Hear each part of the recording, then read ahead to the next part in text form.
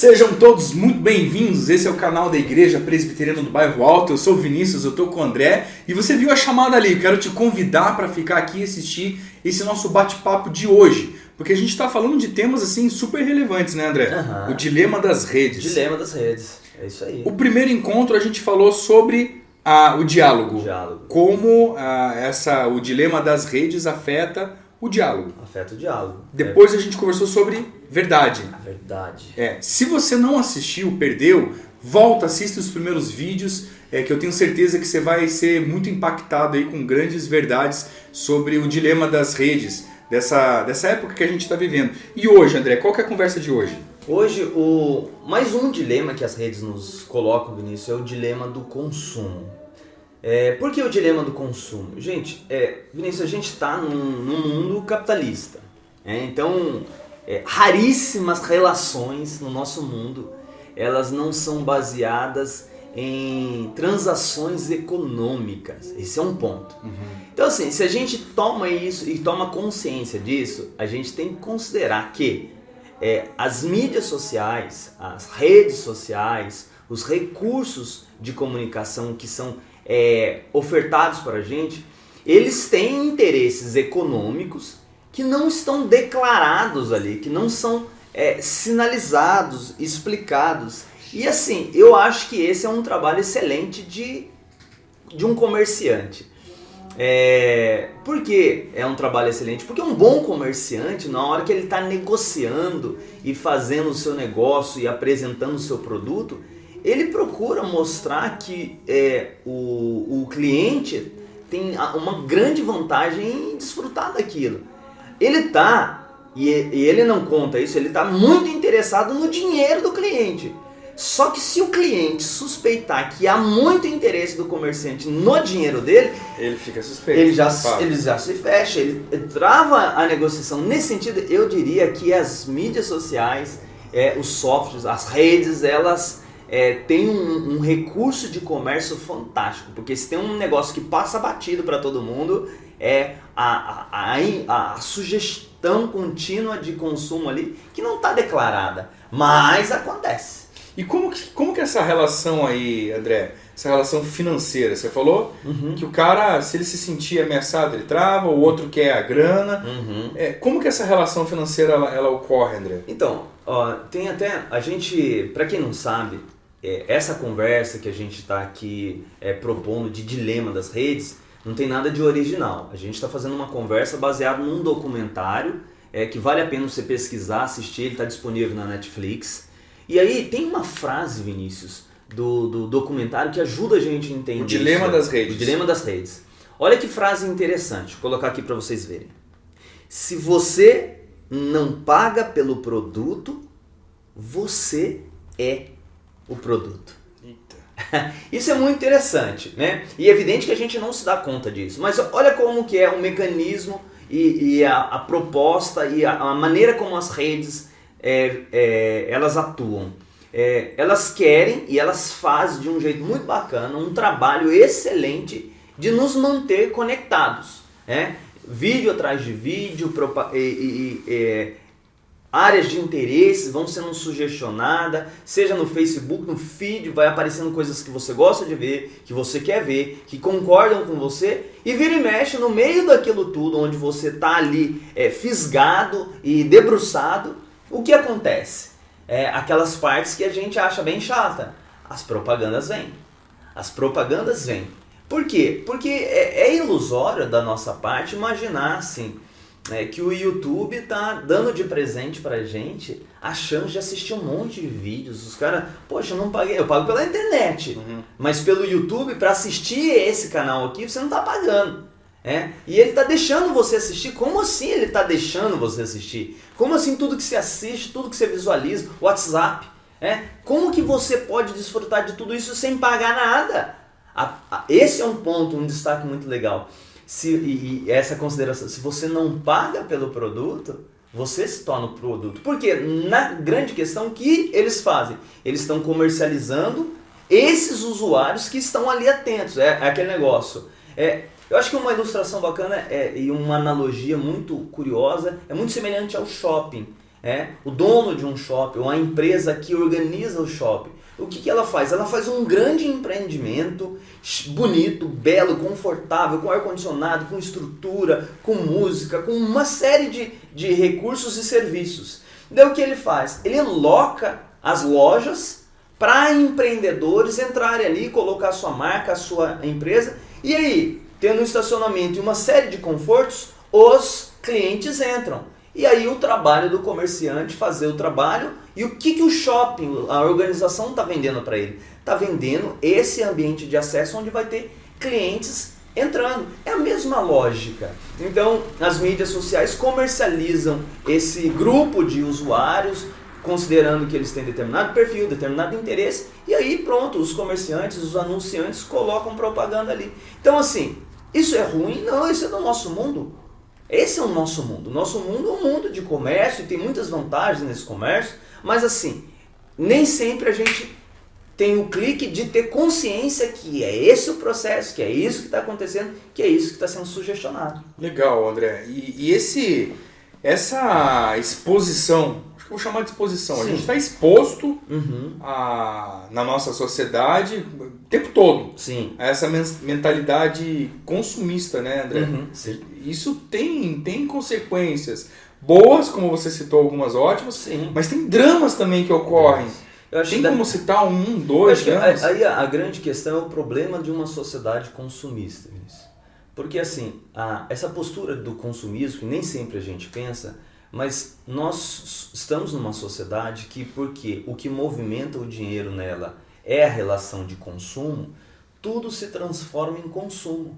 Então, a identidade das pessoas ficam comprometidas. Por quê? Porque para esse mundo capitalista e consumista, você é à medida que você consome.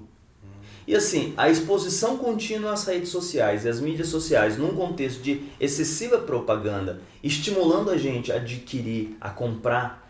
Vinícius, isso não somente é uma sugestão, isso também é um treinamento. E aquela exposição contínua e esse treinamento contínuo de que a experiência de vida ela só se dá a partir da relação de consumo, isso vai moldando aquilo que a gente mais ama. Vai moldando o nosso jeito de ser e de se relacionar com a vida. Se não posso consumir, quem eu sou nesse mundo quando eu não tenho capacidade de consumir? Quando eu não tenho chance de gastar? E assim, o consumo ele é terrível em vários aspectos. Por quê? Porque ele oferece algumas experiências muito interessantes pra gente, que nos confundem. Uma delas, ele dá poder. Porque quão poderoso é alguém que pode consumir? Vamos imaginar que esse vídeo não, porque as visualizações são pequenas, são poucas ainda, então não é interesse dos comerciantes colocar propaganda aqui. Mas se você for atrás de um vídeo muito visualizado, tem milhões de visualização, você vai ver que tem propaganda ali, porque ali é o interesse, tem bastante gente vendo, é ali que tem que aparecer a propaganda. E propaganda de acordo com o público que assiste aquele vídeo. Exatamente, muito, muito adequada a característica daquele público lá. Aí ponto, poxa, eu posso comprar. E aí o mundo vai dando uma relação assim, poxa, se eu posso comprar, eu tenho poder. Então assim, se eu não tenho poder, eu sou um fraco. A relação de consumo vai definindo as experiências da pessoa e o que ela pensa de si. Não é somente isso, quer ver? Aprovação. É um mundo, por exemplo, se você não compra, se você não tem, se você não possui, você não é aprovado. E é curioso porque os bens que a gente consome, eles é como se eles dessem, se fossem cartões de entrada para inúmeros acessos de relacionamentos que a gente tem. E isso não é verdadeiro. As pessoas não deveriam ser classificadas pela capacidade delas de consumir, mas esse mundo consumista insiste nisso daí. Então, outro problema, poxa, se eu posso comprar, eu tenho segurança, porque eu compro isso que me protege, eu compro isso que não me protege, eu compro isso que faz bem, eu faço isso na minha casa, eu faço isso no meu carro, eu faço isso para os meus filhos. É uma falsa noção também de que se eu posso consumir, eu tenho segurança. E aí, assim, Vinícius, essas experiências todas, a gente não precisa rasgar todas elas. Eu acho que o ponto em questão é a gente não ter a crítica suficiente para perceber, olha, no fundo, consumir e o bem para consumir, o recurso para consumir, porque é disso que a gente vai acabar falando, eles não me dão esse poder todo. Eles não me dão essa segurança toda. E eles não me dão essa aprovação toda. E eu não sou tão livre assim. Exatamente. Assim, o consumo não é o que pode me dar a identidade. Mas daí a pergunta, talvez algumas pessoas estão... Poxa, André, se não é isso que nos dá identidade, o que nos dá identidade? Essa é a grande pergunta e eu acho que é só a palavra de Deus para responder isso pra gente. A Bíblia trata exatamente disso, de consumo? A gente consegue tirar algum ensinamento sobre isso? Ó, vamos ver se trata. Eu vou projetar aí, pessoal, ler um texto no Evangelho de Lucas, capítulo 12, que eu acho que dá pra gente descobrir se ela fala ou não fala desse assunto aí. Olha que legal. Lucas, capítulo 12, verso 13, diz assim: Nesse ponto, um homem que estava no meio da multidão disse a Jesus: Mestre, diga a meu irmão que reparta comigo a herança. Mas Jesus lhe respondeu: Homem, quem me nomeou juiz ou repartidor entre vocês? Então lhes recomendou: Tenham cuidado e não se deixem dominar por qualquer tipo de avareza, porque a vida de uma pessoa não consiste na abundância dos bens que ela tem. Aí já respondeu. Aí Jesus é um mestre fantástico. Daí ele conta uma parábola. Ele diz assim: E Jesus lhe contou ainda uma parábola, dizendo: O campo de um homem rico produziu com abundância. Então ele começou a pensar, no caso o homem rico: O que eu farei? Não tenho onde armazenar a minha colheita. Até que disse: Já sei. Destruirei os meus celeiros, construirei outros maiores, e aí armazenarei todo o meu produto e todos os meus bens. Então direi à minha alma: Você tem em depósito muitos bens para muitos anos. Descanse, coma, beba e aproveite a vida. Agora olha que interessante. Mas Deus lhe disse: Louco! Esta noite lhe pedirão a sua alma. E o que você tem preparado? Para quem ela será? Aí Jesus conclui: Assim é o que ajunta tesouros para si mesmo, mas não é rico para com Deus. Ele tinha segurança, esse cara, né? Tinha muita segurança. E aí, assim, a gente pode perceber que ele tinha segurança porque ele tinha poder. Ele tinha segurança e poder e, consequentemente, em qualquer sociedade, em todos os tempos, ele também tinha aprovação. Mas qual é o ponto, Vinícius? Jesus, olha que interessante. Um camarada chega para Jesus e fala assim: Ô mestre, pede para o meu irmão repartir a herança comigo. Né? Tinha um problema de família lá, e de problema com herança. Isso, né? É um troço que dá problema. Relação financeira. Sempre, finança. Aí ele fala com Jesus fala assim: ó, peraí, da onde você tirou que eu sou juiz desse tipo de coisa e que eu sou o camarada que vou repartir aqui, o juiz de causa aqui? Não é esse, quem colocou? Só que daí Jesus vai no coração do problema dele. O problema, e aí Jesus falou assim: olha, presta atenção, tenha cuidado, não se deixe dominar por qualquer tipo de avareza. Porque a vida de uma pessoa não consiste na abundância dos bens que ela tem. Ele fala assim: o problema aí é mais profundo, hein? Não é uma questão apenas de divisão de bens, não. Cuidado, a avareza é um grande problema. Aí ele faz essa definição: a vida de uma pessoa não consiste na abundância dos bens que ela tem. Aí ele fala assim: poxa, sim, mas parece que tudo gira em torno dos bens. A sociedade diz que eu sou um fraco se eu não tenho bens. A sociedade não me aprova se eu não tenho bens. Se eu não consigo me vestir adequadamente como a sociedade aprova, se eu não consigo morar adequadamente, se eu não consigo ter o automóvel que a sociedade diz que é algo bacana, o que eu sou para essa sociedade? Jesus está dizendo: olha, a vida não consiste nisso.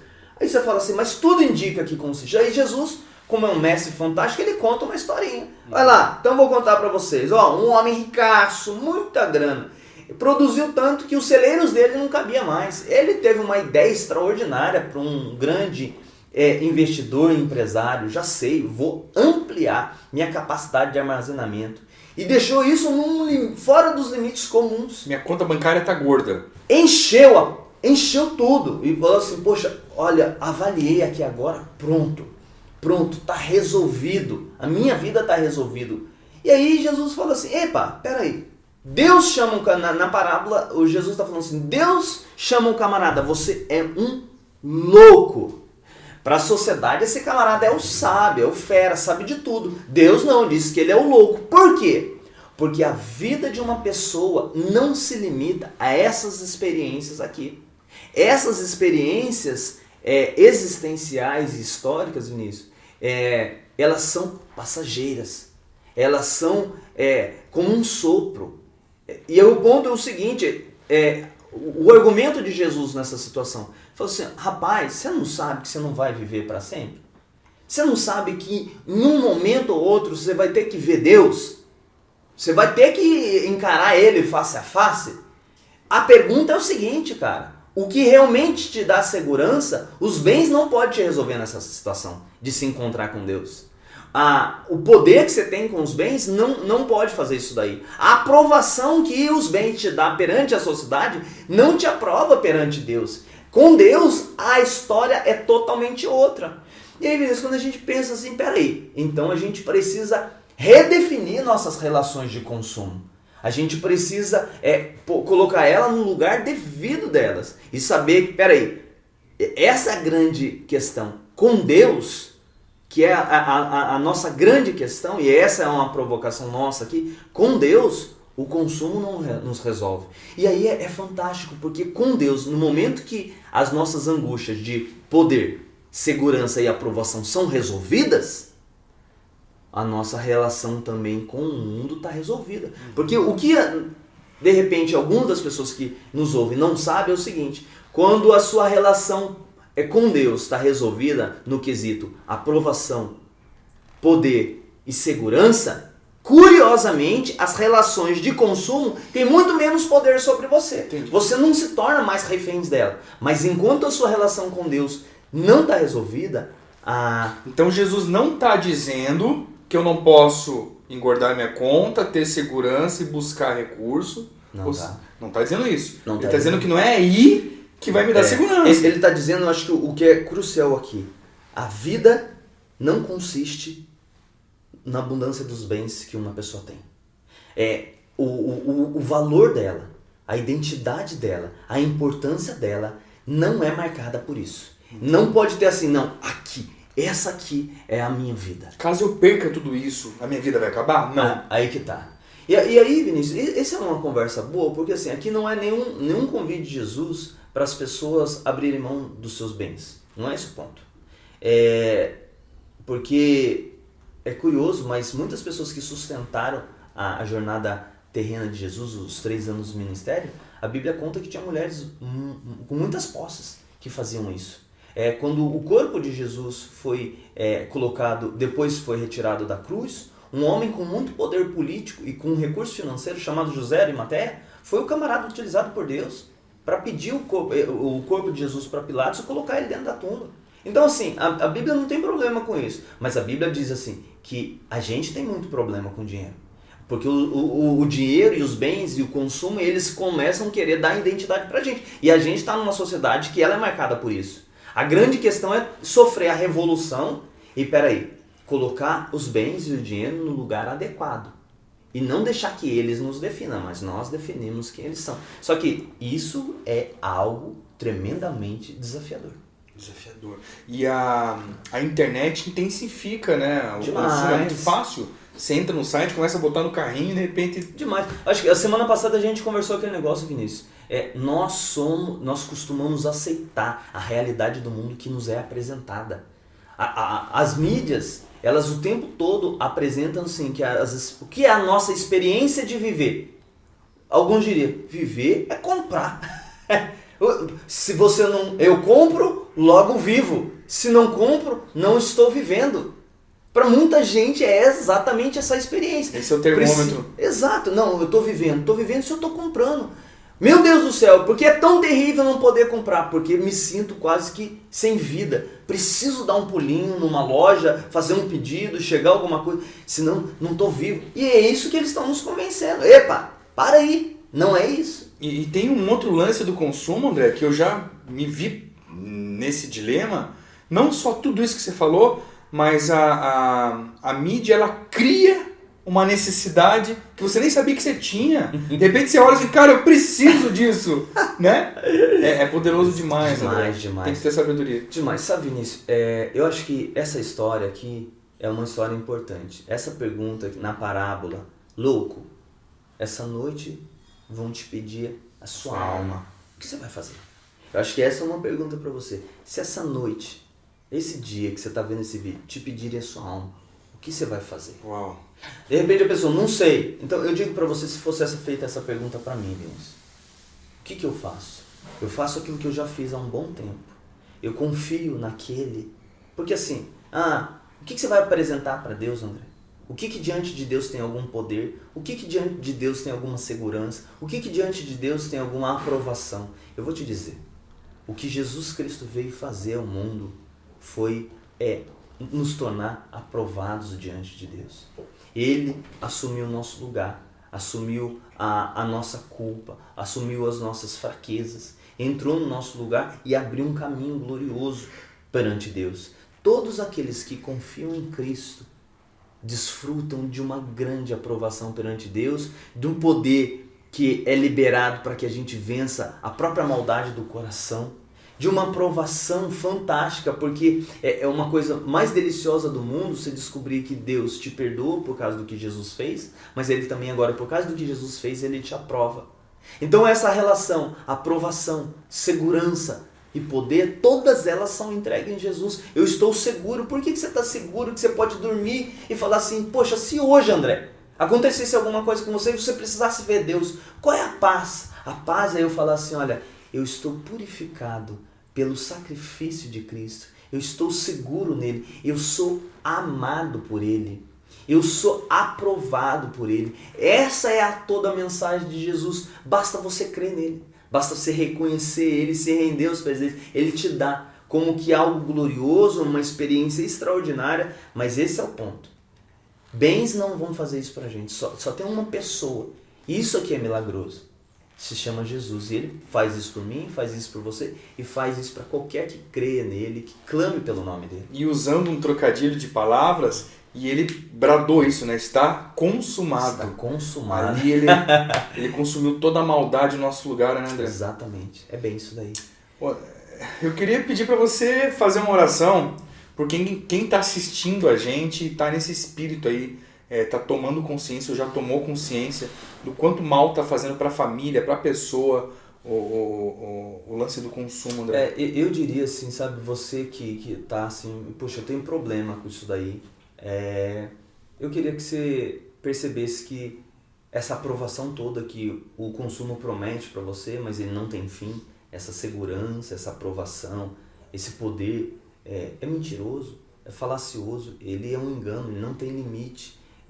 Tem muitas pessoas que não param de fazer conta, num desespero absurdo, porque eles são empurrados, jogados. Sabe, daí você fala assim, o que eu preciso? Aí, você precisa quebrar um cartão, você precisa de uma educação financeira. Mais do que isso, você precisa de um poder glorioso que chegue no seu coração e diga para você assim, você já está aprovado. Eu falar para você, Jesus te dá isso daí. Jesus pode te dar isso. Ora com a gente, tá bom? Deus, nós clamamos ao Senhor, suplicamos ao Senhor, tenha misericórdia de nós. Sabemos que o que Jesus fez é glorioso, é fantástico, é esplêndido. E nós podemos, Senhor, por confiar em Cristo, por se render a Ele, ser transformados, sentir-se aprovados, sentir-se seguros, sentir-se com o poder de rejeitar as promessas do consumo. Meu Senhor, abençoa quem nos assiste, abençoa a mim, ao Vinícius, ao Alisson, a toda a nossa comunidade. Abençoa-nos, Senhor. Eu quero que o Senhor abençoe os comerciantes. Eu quero que o Senhor realmente abençoe os negócios, a economia do nosso país. Mas, sobretudo, Senhor, nos ajuda a ter um coração transformado e não deixar que os bens, o dinheiro e o consumo nos defina. Nós queremos que a nossa identidade esteja no Senhor Jesus, o nosso Rei. É em nome dele que oramos e agradecemos. Amém. Amém. Semana que vem a gente tem um último encontro sobre o dilema das redes, é isso? Exatamente. Deus te abençoe e boa semana. Valeu.